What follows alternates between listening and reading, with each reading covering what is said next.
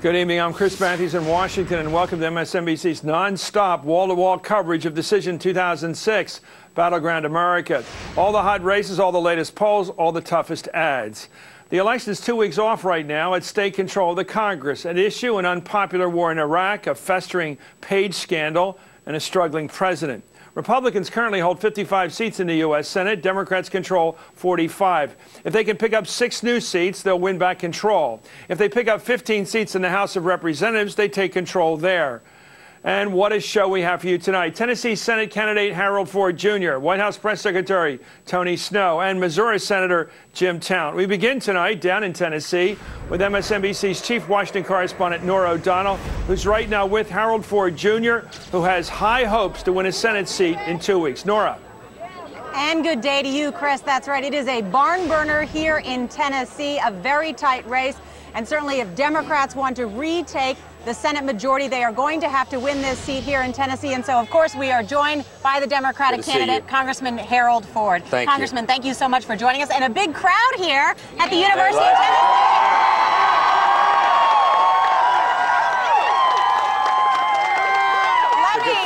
Let me begin by asking you about this very new controversial ad that was on the air on Friday by the Republican National Committee about you. I'm going to play a part of that and get you to respond. Sure.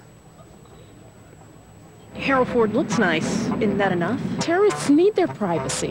When I die, Harold Ford will let me pay taxes again. Ford's right. I do have too many guns. I met Harold at the Playboy party. I'd love to pay higher marriage taxes. Canada can take care of North Korea. They're not busy. So we took money from porn movie producers. I mean, who hasn't? The Republican National Committee is responsible for the content of this advertising. Harold, call me. Clearly, it's a very tough ad. I know you've denounced it. Your reaction to the Republicans running this ad? We got to run our race. I know that they are a little desperate, and they're doing things you do when you get desperate in a campaign. We've stayed focused on Iraq and North Korea. We've tried to lay out how we can make a college more affordable for these kids here, not only at UT, but University of Tennessee at Chattanooga, the University of Memphis. Kids all across this state deserve a better chance and a more affordable option. And again, we're just working hard and pushing and pounding away. The numbers say good things, but more than that, everybody here is excited about this race for one reason. They know we can be better as a country than what we are right now. But, Congressman, I have to ask you about that ad because it's getting a lot of national attention because you would be the first black senator from the South since Reconstruction. And some people believe that there are racial overtones in that ad and that the Southern strategy is once again alive and well from the Republican side. Your reaction to that? I don't know. I can't answer for Chairman of the Republican Party, Ken Mehlman. I can't answer even for my opponent. I do know that if my opponent wanted this ad pulled down, he could get it pulled down. But they've chosen not to, and that's his choice. But he's called publicly. He has said it's a nasty ad, and he says that it should be pulled. Well, if the Democrats are running an ad like that, I'd have it pulled.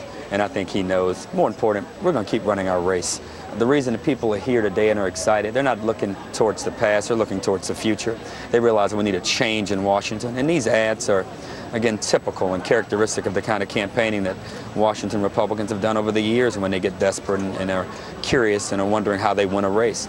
So I'm going to keep on feeding off their energy. Can you imagine this crowd? It's not, you'd think it was a UT football game going on here with all of the excitement. Well, I have to ask you, I mean, you are very sort of calm and measured right now, but that was not how you were on Friday. In fact, there's some video that's been circulating that many people have seen on the internet. We can show it to our viewers where essentially your opponent, the Republican Bob Corker, was having an event. You confronted him at that event because of this particular ad. And I spoke with your opponent, Mr. Corker, yesterday, and here's what he said about the way you acted on Friday. Take a listen. Yes, ma'am.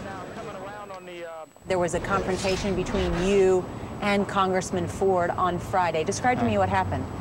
I had a press conference. You know, we have one every day where we announce the issue of the day, if you will. And this big bus pulls up and Congressman Ford bounds off. And really, it was a great day for us. I think we've seen this all along, but I think it called into question whether he has the temperament, the comportment, if you will, the ability to really have those statesman-like qualities that people are looking for in a United States Senator. It was, you know, certainly most unusual, if you will, and yet I think it was one of those moments. Everybody in the state is calling it the Memphis meltdown.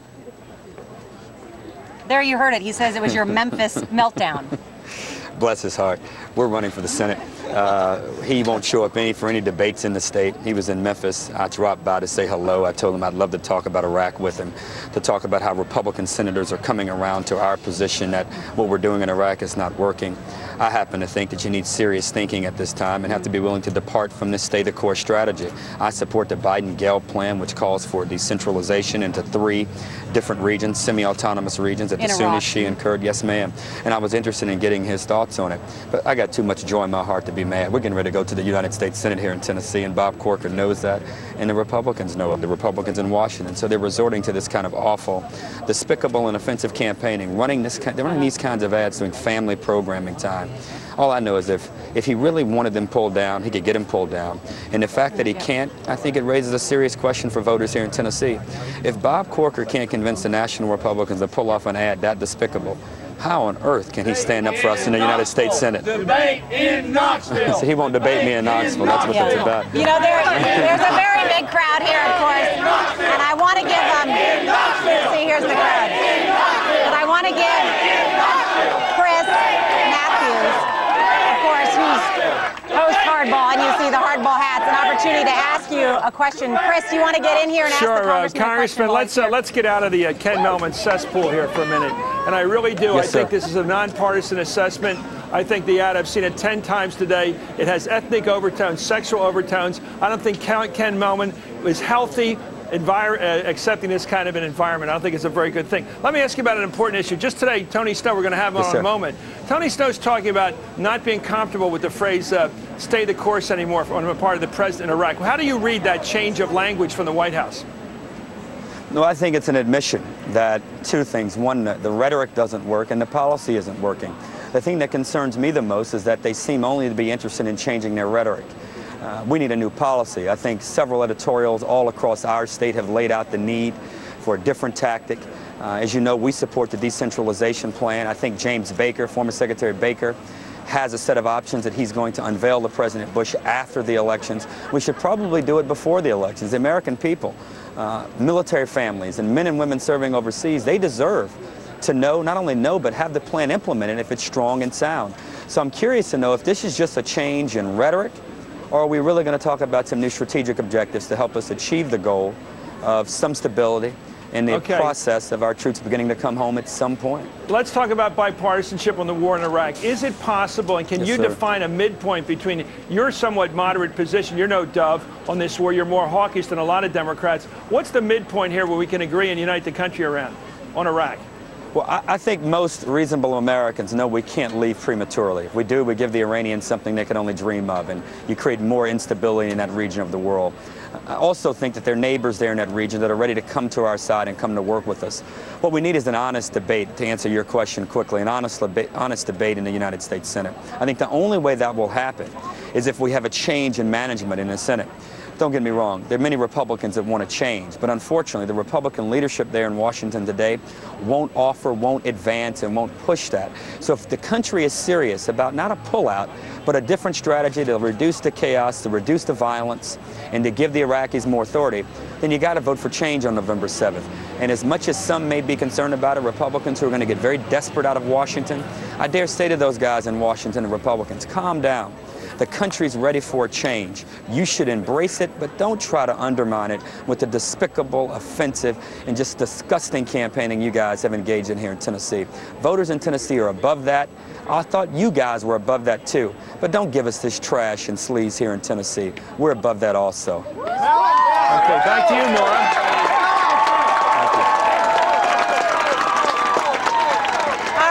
Well, there you have it, and thank you, Congressman Ford, for joining us, and thank you to the University of Tennessee, who has hosted us. And we're going to beat South Carolina this weekend,